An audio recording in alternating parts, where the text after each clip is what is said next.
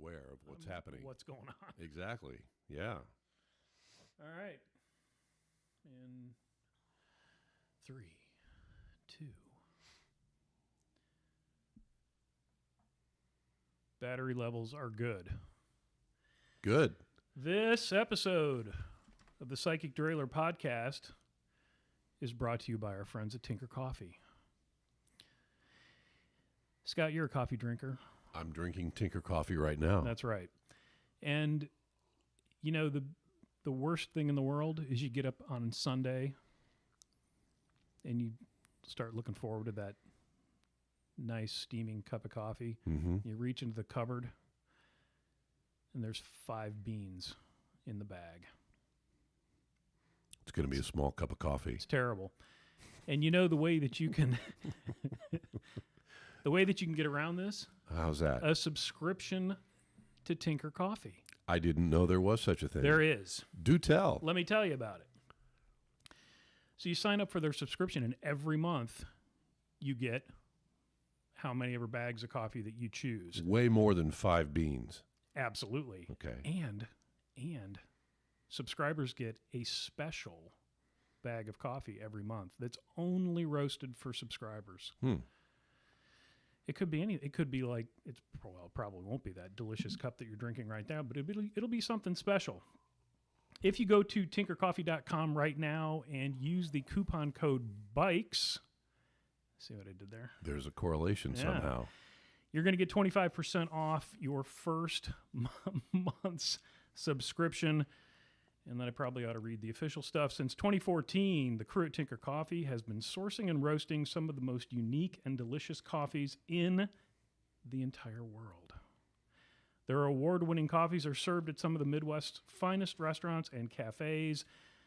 They also help fuel some of Indy's fastest-growing startups. Head to tinkercoffee.com, use that coupon code BIKES. Check out their current lineup. I had the Honduras this last weekend. Yeah. Phenomenal. Really? Phenomenal. Good. Hey, I was going to say, by the way, they need a guy to voice their TV commercials. But when I heard you do it, I thought, they've got it covered. Oh, see, now no you worries. flatter. You flatter. Then, that very expensive education at North Central College in Naperville, Illinois, finally paying dividends, is it? Right. Exactly. You said I'm a coffee drinker. I'm actually not a coffee drinker. I'm not a coffee connoisseur or a coffee junkie by any stretch. I just know what I like and what I don't, and sometimes I just get coffee because it's coffee, and I don't know the difference, honestly. Yeah. It's I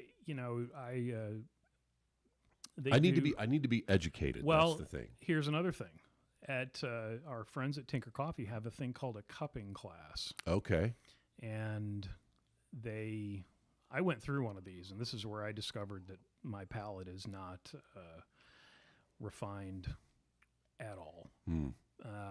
But you go through and, you smell the beans, and then they grind the beans, and then you smell the beans again, and then they pour the water in, and kind of that crust forms, and then you break it, and you do that kind of action like you do with wine. And I couldn't tell one from another, but some people can. Yeah. I just know that when you start drinking good coffee, you're ruined. My cousin's son would be in that category. He's the guy that got me turned on to coffee. He's 20-something, and those are the people that do it. Yeah, they got all kinds of time to devote to things and like that. For 9 years, those who don't know, I got up at 3:30 every morning to go to work at WFYI We're radio. Going to get to that. But I never drank coffee until like the last 6 months of my time there. Yeah. Well, I started pretty late in life too. Yeah. Well, since you stepped all over my introduction, I'm sorry. My guest today is the one and only Scott Hoke. Maybe you've heard him on the PA at a Pacers game. Not for a long time. Well, you don't know who's listening. 2004. Right. Well, I know old people in this town. That's true. The Indianapolis Motor Speedway. also probably a ways back, but Yeah. it's on your resume. Yeah, sure. And how long were you the morning guy at? I was the morning host at WFYI for 9 years, 9 years. from 2004 all the way to December of 2013. That's a lot of fundraisers. That's a lot. It is. That's a lot of drives. Twice a year. And then the extra days thrown in there from time to time.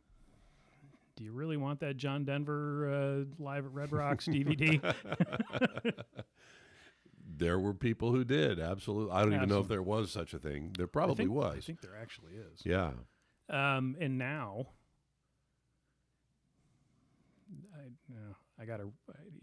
the joke fell flat the last time, but I'm going to do it again. Okay. You've thrown it all away I have. to sell used cars. Mm-hmm. Pretty much. Scott is the host of the Mecum auto auction Mm-hmm. seen worldwide. That's not an exaggeration, is it? No, it's actually not. We're on, believe it or not, we are now in our 12th season of televising Mecum auctions, now on NBCSN, and occasionally you'll see us on NBC. But we, through the miracle of modern cable and satellite and syndication and NBC Universal, Yep. we have viewers in Norway, Argentina, a pretty big following on a cable system in Australia, believe it or not. I have some Twitter followers in Australia. Scott Hoke 1 on Twitter, by the way, and Scott Hoke 2 on Instagram. But we do have, it's amazing that people, people are able somehow to catch us all over the world. It's very cool. It is cool. It is cool, and it's made me realize that my dream of owning an air-cooled 911 is not yet dead. Yeah, they can still be had. Yeah. The closer you get to that final year of production, though, the price goes up. Right. So this is a question that I didn't I probably should to say this is not the first time we've done this. We did this. God, when was it? Back in October? It was December. Was it December? Yeah, I think so. Okay. And we had a nice discussion that lasted a little over an hour, and I went to turn off the Zoom, and that's the Zoom, the recorder, the audio recorder. Yeah. And the batteries had died, much to my everlasting shame. But there's always take two. That's right, and you're back. Yes. In your new digs. Exactly. Yeah. In my commandeered office nestled inside Tinker HQ. Have you done a podcast from in here yet? From No. this building?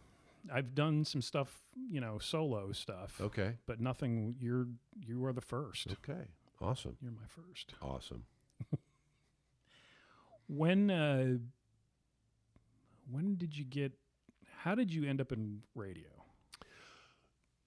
How did I end up in radio? I'll sit back. I was a sophomore in high school, Ben Davis High School. Yeah. I can tell you exactly how it happened because my guidance counselor, Rosie Leedy, who is a lady that I love and always have, she is fantastic.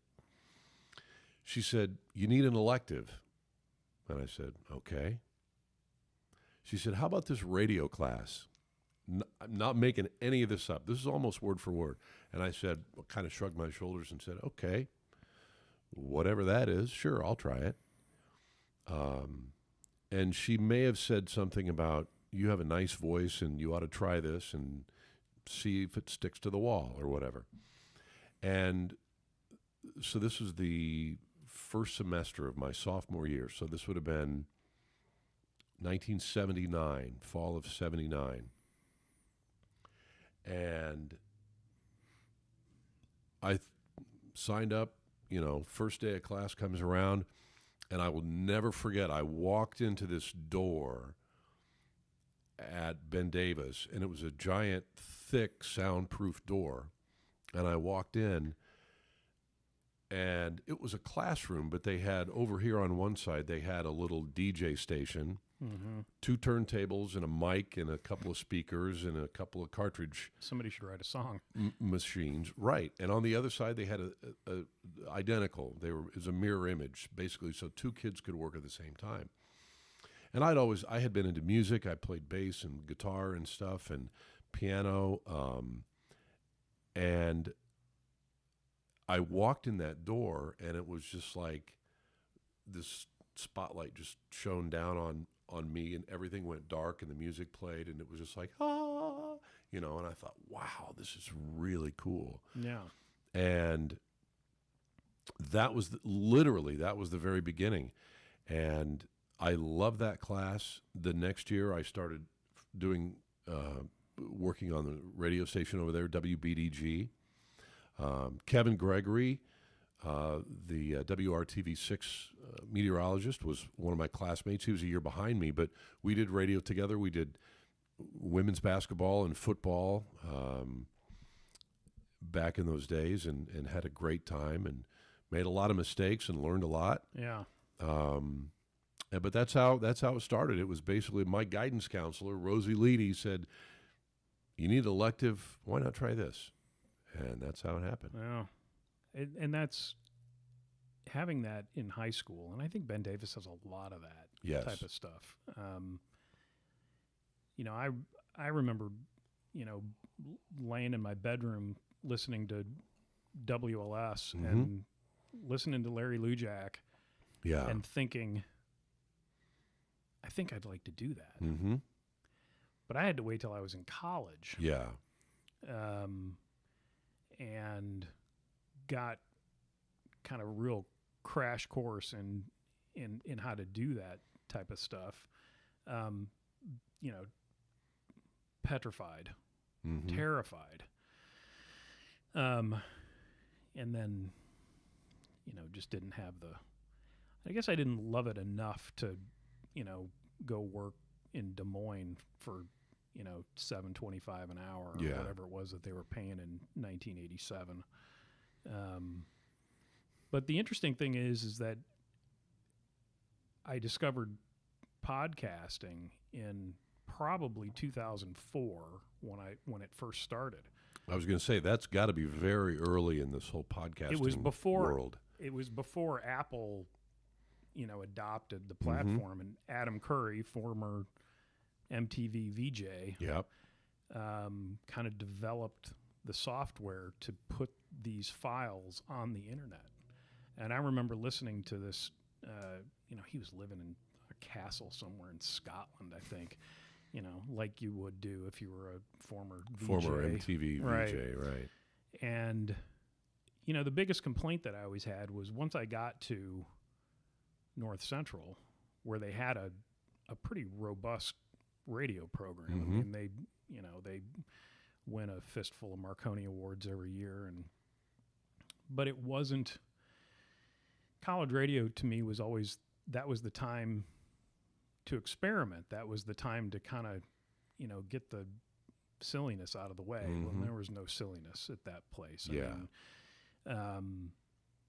So that really kind of, I got pretty disillusioned about the whole thing. But then I heard podcasting. I was like, well, this is, like we were talking about just before we started, that Mm-hmm. it's kind of the Wild West, or at least back then it certainly was. Oh, I mean, absolutely. it still is, but back then it was really nutty. Yeah. And it took me a long time to get up the gumption to actually, spend $12.50 on this equipment and try to put something together. But, I think it's how many kids now are going to, of course, there aren't going to be any radio employees anymore. I mean, it's all going to be, it's all going to be automated. So what are their choices are going to be to, to podcast. Yeah, and but hopefully they're I don't, you're right to a certain extent, I think, with the automation, and that's obviously we're seeing that all the time. But there still has to be a human element somehow in there. You still have to have, you don't have to, but Certain I stations. think to make right, certain stations do. And Yeah. I'll be honest with you, in the last 3 or 4 months, I have been into satellite radio because I got a car that, for the first time in my life, actually has satellite radio. I'm a shareholder, by the way. So Oh, good. Well, as am I. Renew Yeah. that subscription. Yes. There are some stations that all they do is, song after song with a little bump in between. Right. But other stations actually have either live people or people who voice tracked it. So the human element has still got to be there at some level. It can't completely go away. Not to get But, too yeah, far in the weeds, but your local, your station that relies heavily on local news. Mm-hmm. You got to have somebody to you got to have people Sure, for that. absolutely. But a station like TTS down in Bloomington, Mm-hmm. It doesn't take anybody to play that Elvis Costello song from 20 years ago that they've been playing for the last 20 years. Yeah, but they still have people. But not as many as they did. Right. I mean, after I graduated from high school, my first job my first actual legitimate job in broadcasting was at the old WIRE, AM 1430, which at the time was the number 2 news. This was 1982, so you got to flash back. I was a 19-year-old recent high school graduate, not even had taken my first class at Butler as a freshman yet, and I was working part-time at the number 2 news station in Indy at the time. WIRE and WIBC were number 2, and IBC was number 1 at the time. But our newsroom was 12 people. We had 12 people in our newsroom, which is unheard of today. You just don't have that. There's no budget for it anymore. Right. So it's a changing world, and it continues to do so. I think a lot of kids are probably going to do this. And you know what? And somehow find a way to turn it into a moneymaker. Absolutely. I mean, who would have thought 10 years ago or further back that I could sit here and blog on my computer from home and make big coin? Yeah. Yeah, absolutely. I mean, you got guys, narrating other people playing video games, making millions of dollars a year. Yes, exactly. That's probably not going to last forever. But if you have a passion for something, chances are you're going to find an audience.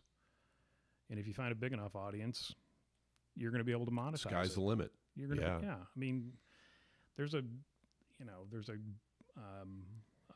bike enthusiast who, lives this very nomadic kind of hobo bicycle lifestyle. And God love him, he figured out a way to monetize it, and his Instagram feed is just nothing but him on, bicycle adventures. It's a really fascinating time to be alive, I guess. Yeah, it is. So the Meekum thing, I mean, how did that happen? Completely a God story, and it's very short. I was sitting, and I told someone this story just earlier today, actually. I was sitting in my living room in March of 2008 on a Friday night, and my phone rang. And I looked at it, and it said Terry Lingner. Terry Lingner is a guy who was the founder of Lingner Group Productions, one of the early guys at ESPN. He's a guy who started Thursday Night Thunder, short track car racing, Saturday Night Thunder, was an innovator in coverage of the rowing, U.S. rowing championships out at Eagle Creek and other places. and has done an awful. I mean, he's now one of the executive producers of IndyCar, the IndyCar series on NBCSN. At any rate, Terry's the type of guy that when the phone rings and you see it's his name, you answer it and you usually say yes to whatever he has. You know, I love Terry. I had worked with him some in the past. Terrific guy. Anyway, the phone rings. It's his name on it. And I picked up the phone and I said, "Hey, Terry, what's up?" And he said, "Hey, what are you doing tomorrow night?" And I said, "You tell me." Yeah. I said, "Well, I said, I don't know. What do you have?" And he said, "Well, I've got this car show that I'd like you to host the next night." And I said, "Well, I'm actually emceeing a fundraiser downtown Indy. Maybe I could get out of that." He said, "No, don't worry about it. You honor that commitment," which I did. He said, "What about next Saturday?" I said, "Okay." And so the next night before the fundraiser, I went to the Fairgrounds Coliseum, the Chicken Barn, I believe, the West Pavilion, I think is what they call it. Right. At any rate, went over there and just walked around, looked at what was going on, kind of surveyed the lay of the land, so to speak. The auction was happening at that point. And then the next Saturday, I was in the host chair, and I've only missed one show since then, and that was last April when my daughter got married. My daughter Lynette got married, and I didn't get to go to Houston. But that's how it happened. Absolutely 100% true story. And it's been a real blessing, and here we are. Like I said, we're in our 12th season now, and I don't know when this podcast is going to go up, but next week, March 14, 15, 16, and 17, we'll be in Phoenix for the very first time. It's going to go up before then. Okay, cool. So check us out next weekend on NBCSN, and I can tell you this, on the NBC Sports app for the first time ever. We're doing that. Elaborate. And we're going to be on the NBC Sports app. You can download it at the App Store, put it on your phone, and we'll be on there. You'll be able to watch, I believe it's Thursday the 14th. I think it's going to be five hours. Don't quote me on the length of the show, but it's going to be on there live. But basically a live stream through the app. Sure, absolutely. God. We've done Facebook Live before, but this is our first time on the NBC Sports app. So check it out. Yeah. And soon to be the host of the Meekum podcast. Perhaps that's I think you should be. Something that's in the works. I don't know much about it yet. But it's something that we should be doing. We need to be doing. I mean, you don't have to. I'm living proof of the fact that you don't have to know too much about podcasting. You just, you buy a handful of things and you're podcasting. And by the way, come out and see us if you're in Indy in the month of May. We'll be at the fairgrounds once again, and I think this is the 32nd or 33rd Dana Meekum Spring Classic. Is that a little? That's the original. That's his original auction. Oh, that began back in Rockford, Illinois, back in 1988, I believe, or perhaps before that. But yeah, it's this is the 32nd version. And in 2008, that was actually the first year that Meekum was in Indianapolis. He moved it to Indy. From Rockford. From northern Illinois, yeah. Yeah. And that in 2008, we actually did 8 or maybe 9 consecutive Saturday nights in Indy.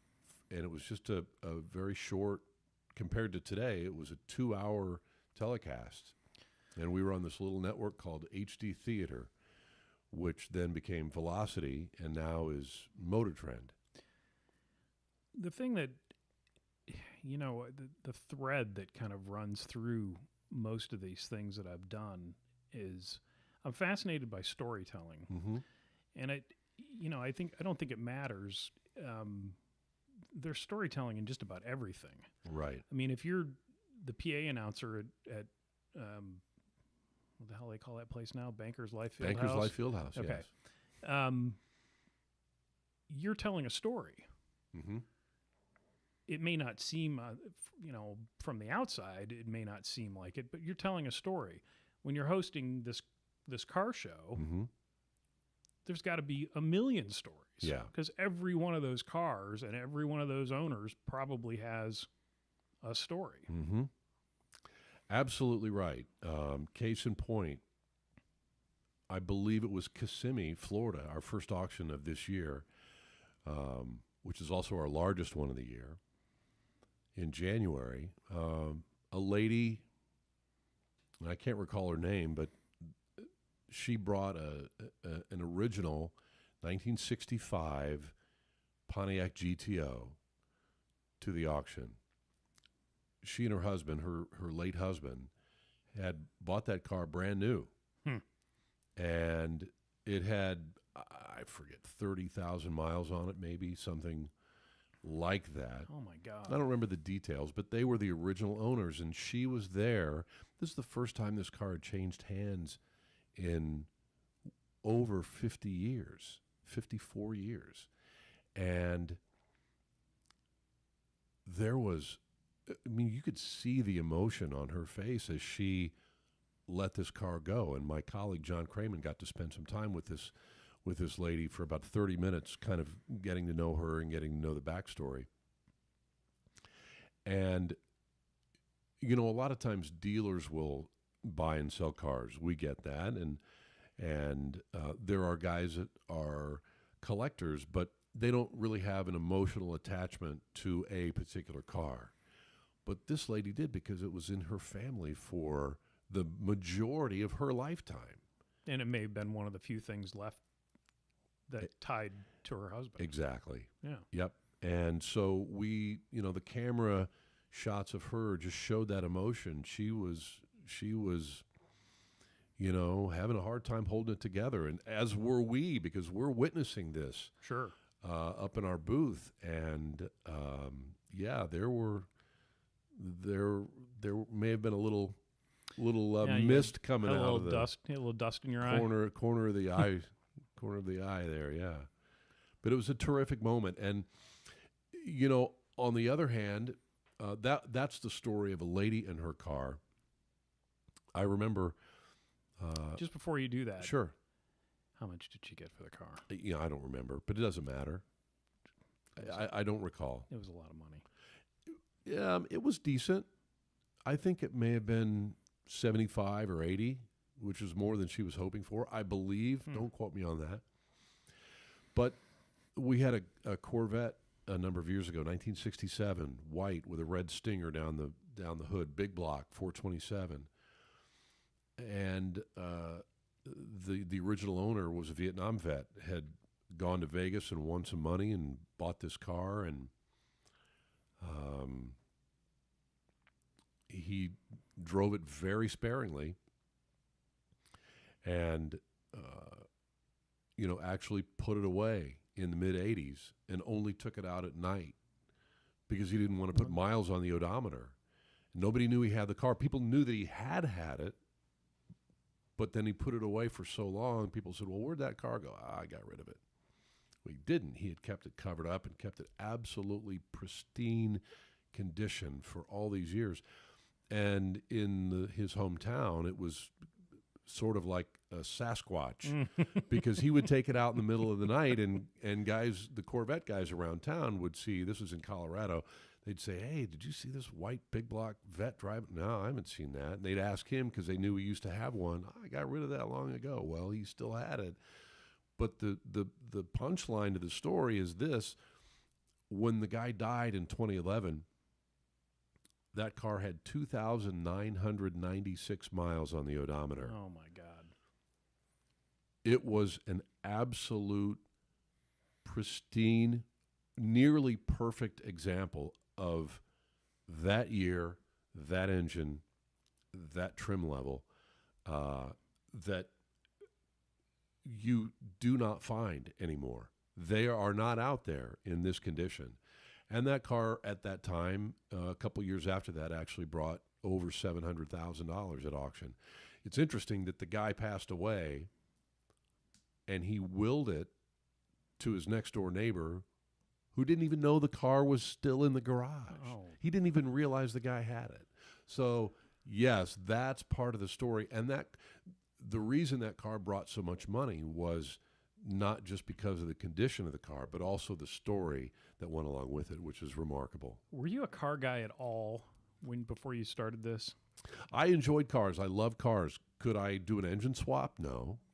No, But I I could mean, do some. But yeah, I was into cars. to start sure. talking, you could talk about the fact that the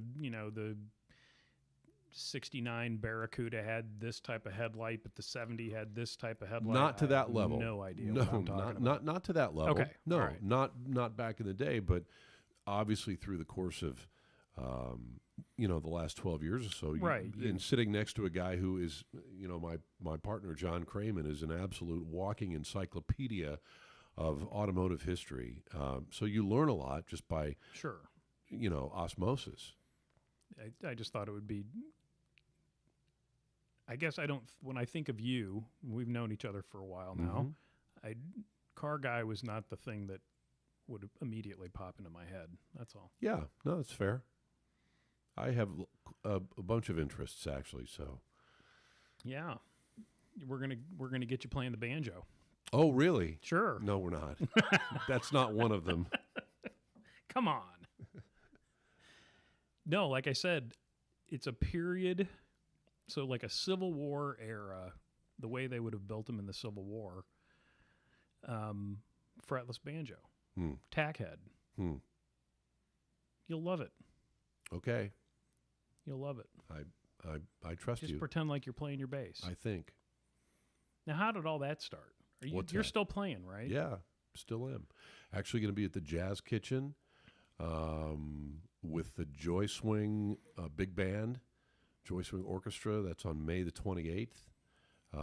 I started playing, came from a musical family. My mom played the organ and piano in church. So piano would probably have been first. Was piano first? Yeah. Piano first when I was probably 7 or 8 years old. That's when they tried to start me, I think. Yeah. It didn't. You rebelled? Yeah, I mean, I guess as much as I rebelled, I mean, it was just you have to practice every day. And, the neighbor kids and my brother and sister are all outside playing, and I'm stuck playing the piano. And I guess they just didn't have the strength to force me to do it. And of course, it's a common tale. Later in life, you look at them and go, "Why didn't you force me?" Right. Yeah. I Um, mean, my kids, my third daughter, Caroline, she was the one who really took piano lessons and took lessons for a while, and then she kind of went away from it. And the other two girls sort of did the same thing, but they've all said, and Caroline still plays, and now she's teaching herself guitar, which is awesome. Sure. But the other two have said, "Man, I wish I would have taken lessons when I was younger." I'm so glad that my mom made me for a while, and now I wish I would have taken more. Right. So it just kind of was a natural thing for me. I was just attracted to the bass. I had an old box guitar, which was, I don't even know what brand it was. It might not have even been a brand, but I picked it up, and for those who don't know, the low 4 strings on a guitar are the same as on a bass or an upright bass. Same notes. Same notes, right, an octave higher. But I just kind of taught myself how to play the bass and took some lessons, and over at the old Arthur's Music Store in Fountain Square. Still there. It is. Yeah, against any and all explanation. Yeah. Given how that industry has been just decimated by online retailing. Yeah. And I would throw another one in there. Well, 2 more, actually. My friend Rick Collier, who owns IRC Music in Castleton and in Avon now, and Kevin Franklin, who owns Guitar Works down in Greenwood. The place to take your pick. Exactly. So those 3 places, to follow up on your story, yeah, I mean, the Guitar Centers and the Sam Ashes and the whatever has been out there. Well, even Guitar Center has not had an easy road to No, hoe. they have not. But I'm super glad to see guys like Arthur's that have hung in there for so many years, and Kevin's Place, Guitar Works, and IRC Music also for a long, long time. They've weathered the storm. I'm sure it hasn't been easy, and it continues to not be easy necessarily. We had a guy that used to come into A1 quite a bit, and I was able to sell him a couple bikes and get him riding. He was trying to improve his health, but he owned a music store in Mooresville, I think, and he started coming in right around the time that I started getting interested in playing the banjo, and he was a banjo player, so we had a lot to talk about. But we talked about the similarities between the music store business and the bike business, and how you're dealing basically with expendable income, and once that you can get that $300 thing for $200 and you don't have to go to a store, I mean, it all kind of goes wibbly wobbly pretty fast. Yeah. I don't remember where I was going with that, but it's good to see that some of them have stuck around. And I think, like with the bike business, you have a cull, you lose a chunk, and the ones that hang around hopefully are stronger because of it. The thing for me is, whether it's a music store or a bike shop, I'll be honest with you, I've bought stuff at IRC, I bought stuff at Guitar Works, I bought my daughter's guitar from Kevin down in Greenwood. I've purchased things from Guitar Center as well, and from Sweetwater online. Sure. The thing is, for me, the relationship that you build with the person you're dealing with at that store. You can't substitute that online or whatever. Right. And the online click and buy, they don't know what you like. They don't know your preferences. They don't understand what kind of music you're playing, and the difference for me at Sweetwater, now that's online, but it's up in Fort Wayne, and it's only a couple hours away. And my guy up there, they call him sales engineers, is Kenny Burgle, who, I've known Kenny for almost 20 years, and he's my guy, and he understands what I do and knows what I like. And so there's that relationship aspect of it, despite the fact that it's online. Yeah, I mean, it's really, at some point, if you're really doing it, I mean, it's important to have that, so you're not just fumbling through the dark on your own. I mean, how many times I've looked at somebody and said, yeah, you don't want that, and here's why. Exactly. But maybe you want this. You're not necessarily trying to upsell them. No. You're trying to help them find the best product, because if you do your job helping them find the best fit for them, they're going to come back to you. Exactly right. That's the hope anyway. Yeah. So this is another question that kind of fascinates me, because it's another thing that I kind of found myself in later in life. Was, when did the interest in jazz start? Oh, I can tell you exactly when that started.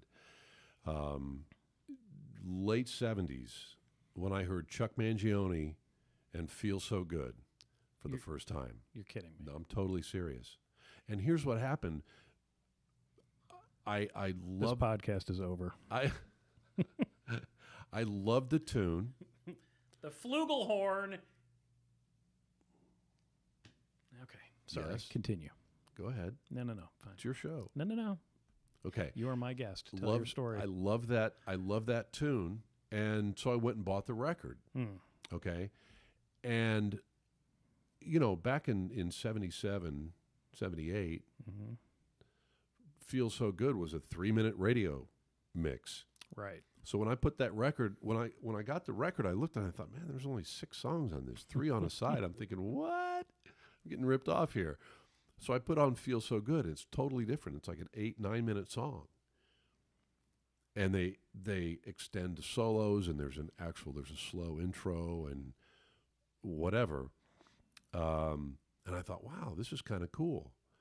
And I mean, I still probably know every bass line on that record by heart. Charles Meeks played the bass on that tune, on that whole record. He was with Mangione for a while. But that got me into jazz. And then when I was an avid reader of liner notes, so I saw that, this is the guy that mixed that record, and here's who mastered it, and here's where it was recorded, and here's the musicians that played on it and whatnot. And then when I got to college at Butler, somehow I got into producing the jazz show that used to air on the radio station at Butler, WAJC, at 104.5. And so I was exposed to guys like Eric Dolphy and Art Blakey and, Paul Desmond, Brubeck, Coltrane, of course, Miles, and all these unbelievable musicians. And I started going to the Jazz Kitchen, which at the time was called the Place to Start, up at 54th and College. Started going there in 83 or 84 maybe. And that's where it began, really. Yeah. I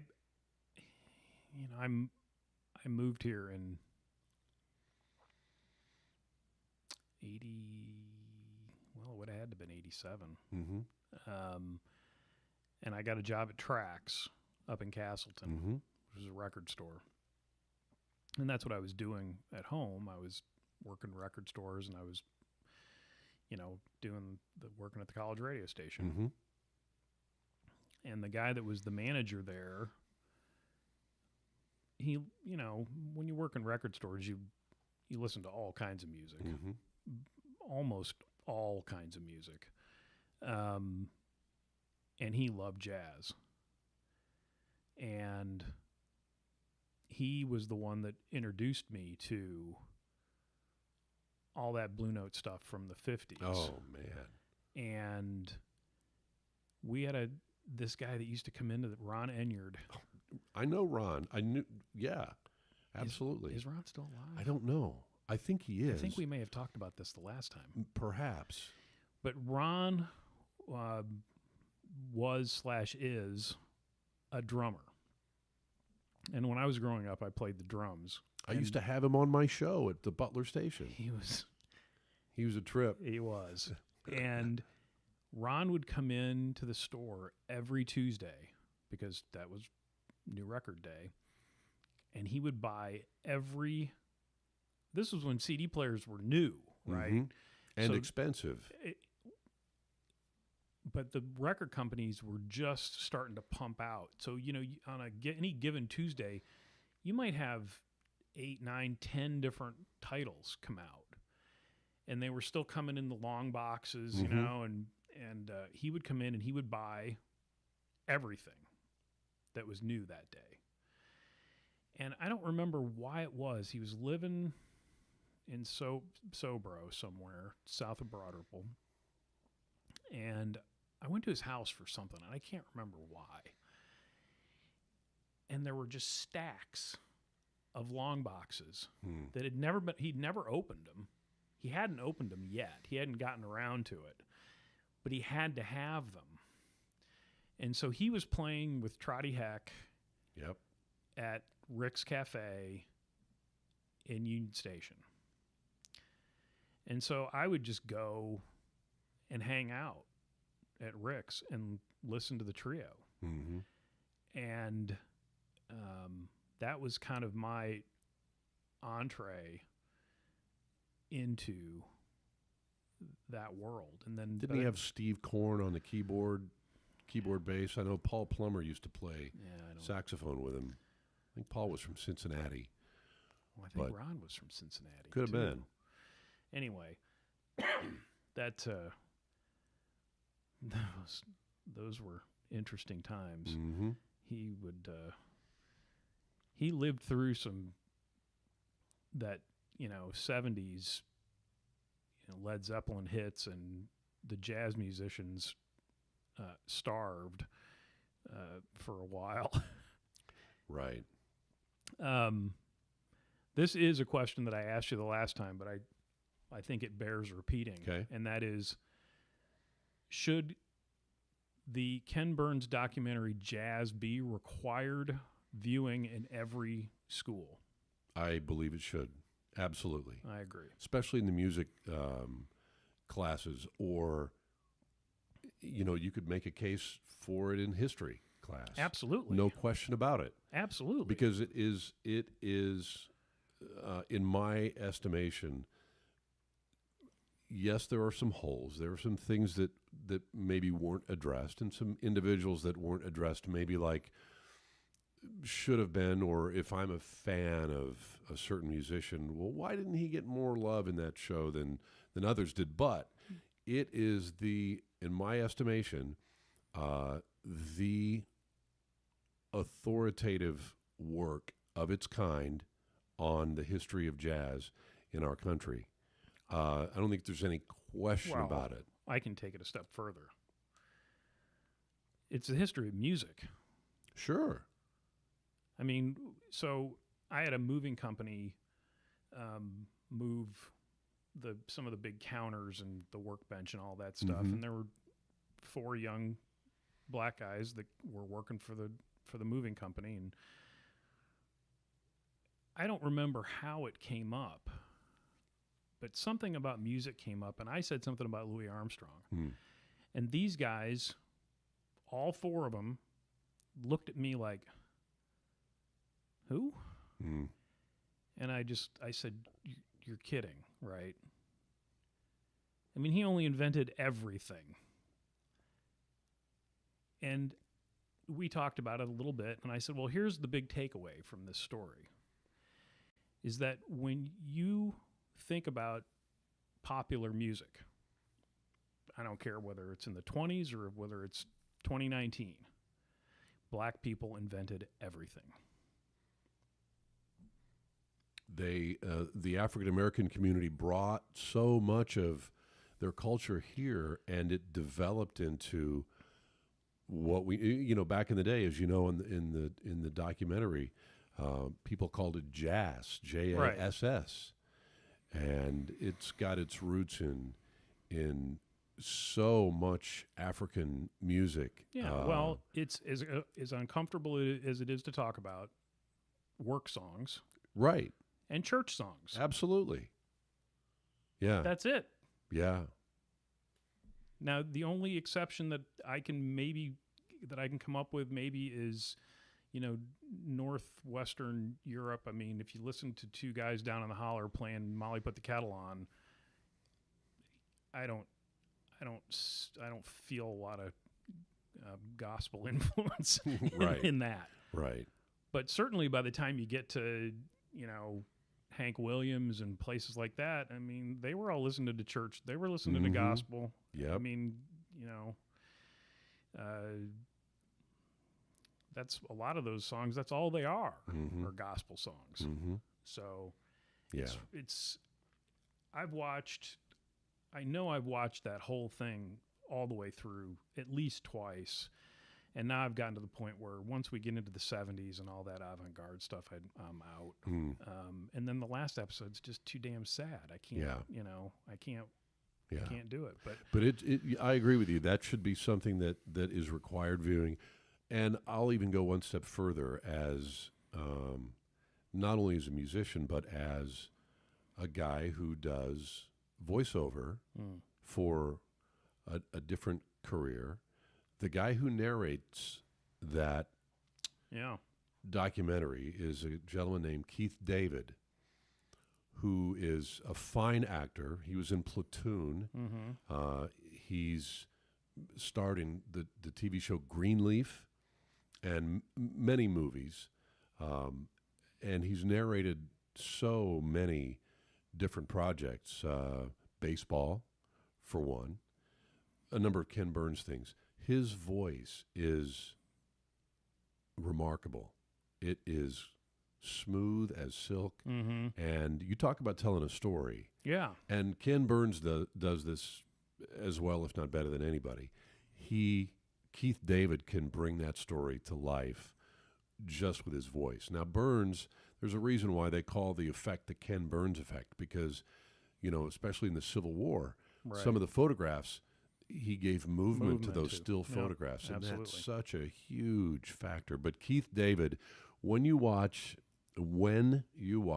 Jazz, the Ken Burns documentary, listen to that voice of Keith David. He's remarkable. It's, there were no other options, right? But if you were, it's not like you had, I used to always, a buddy of mine down in Bloomington, we played music together just a little bit, and unbelievable guitar player. And I said, the problem that we had is growing up, we had too many options. It was like, am I going to play the drums? Am I going to play baseball? Am I going to be on the swim team? If you think about most great musicians, if they got a guitar, for one, it wasn't a given that they were going to get a guitar. And if they got a guitar, that was it. It wasn't a guitar and a PlayStation. It wasn't a guitar and a bike. It wasn't, it was a guitar. Right. And that's what you did. And we just had, we had too many options and not enough discipline, apparently. Right. Exactly. I just can't, I can't get enough of it. I think most of the stuff I've been listening to for the last 6 months, it's like if we get into the 30s, that's like maybe getting a little too new.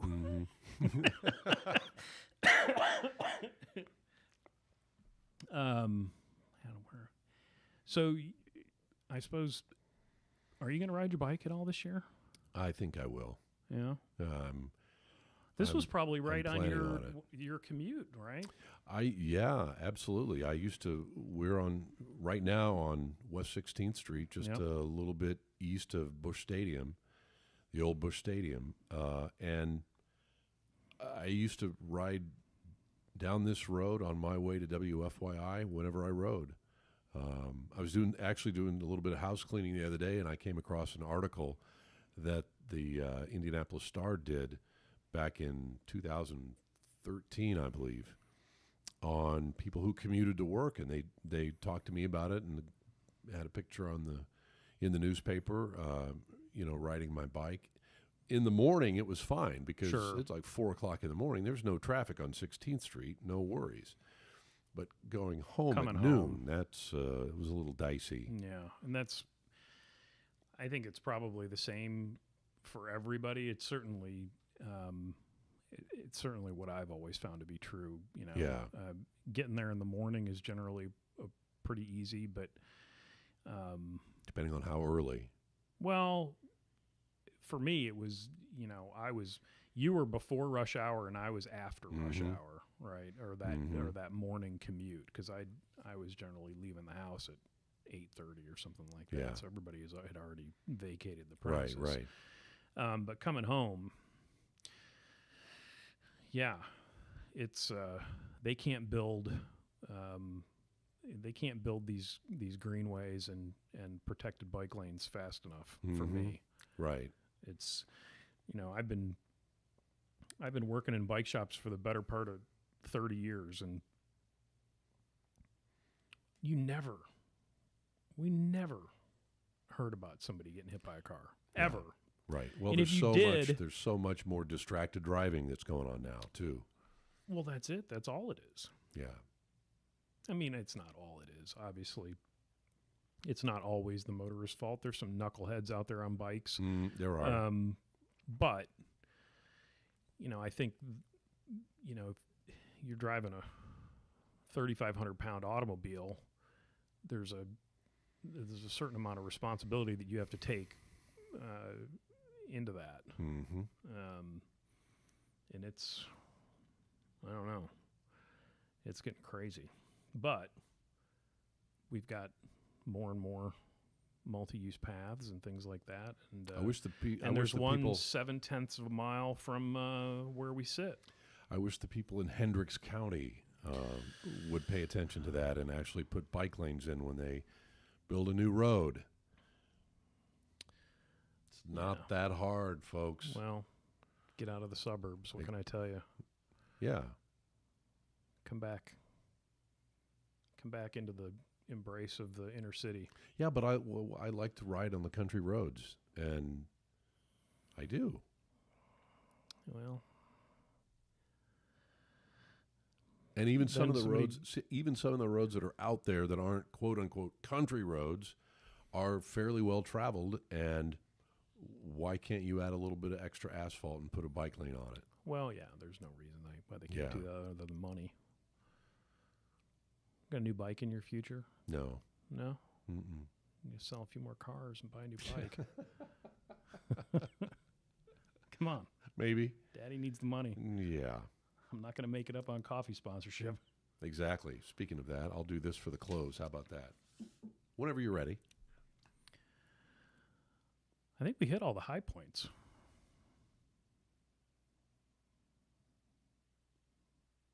I'm not going to touch on the low points? Good, thank you. No. For a change. Are we done? Unless you got something else to talk about. All right. The Tinker Podcast has been brought to you. The Psychic Derailleur Podcast. Psychic Derailleur Podcast. We're not there yet. The Psychic Derailleur Podcast has been brought to you by Tinker Coffee. Right through that wall. Since 2014, they've been sourcing and roasting some of the most unique and delicious coffees in the entire world. Their award-winning coffees are served at some of the Midwest's finest restaurants and cafes. They also help fuel some of Indy's fastest-growing startups. Go to tinkercoffee.com, check out their current lineup, and make sure to check out their monthly subscription. And tell us about the monthly subscription, Chris. Use the coupon code BIKES. BIKES, bikes, get 25% off your first month's subscription. And never run out of coffee again. And you can check out also their exclusive coffees, next month's exclusive coffee at tinkercoffee.com and get 25% off your first subscription box. Cool. Thank you, Tinker. And thank you. Thanks, pal. Now you're going to have to come back every time and do that, right? You're welcome. I can record it for you, and you can just drop that in. Who is the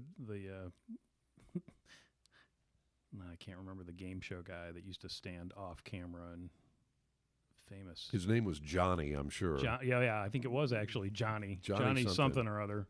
By the way. You can be my Johnny something or other. By the way, you grew up in Chicago. I grew up in Aurora, which is 35 miles west of Chicago. In that area. I would never say that I grew up in Chicago. Okay. This kind of ties everything together that we've been talking about. Broadcasting. Yep. Music. Yes. Jazz. Yes. And voices.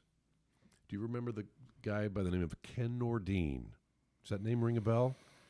Nordine. Ken Nordine. Vaguely. He did a program that was on public radio back in the day called. It was actually on one of the radio stations in Chicago, WBEZ. Ken Nordine's Word Jazz. Oh, geez. No, I never listened to that. You need to listen to Ken Nordine's Word Jazz. I was listening to The Loop back then. Yeah. Kick-ass rock and roll. Yeah, totally different. Totally different. You will thank me later. Ken Nordine's Word Jazz. First came out in 1957, believe it or not. And you may have heard his voice later on Levi's commercials and Apple computer commercials in the 70s and 80s. Very distinctive voice. Unbelievable voice. Check it out. You never cease to amaze me. He just passed away a few weeks ago at the age of 98. That's a long run. And he was still working, as far as I know, almost to the very end. Yeah. We can only hope. What a career. We can only hope. Yep. Thank you, pal. Thank you. Appreciate it. Always good to be with you. I'm here all week. Thanks, everybody. Thank you.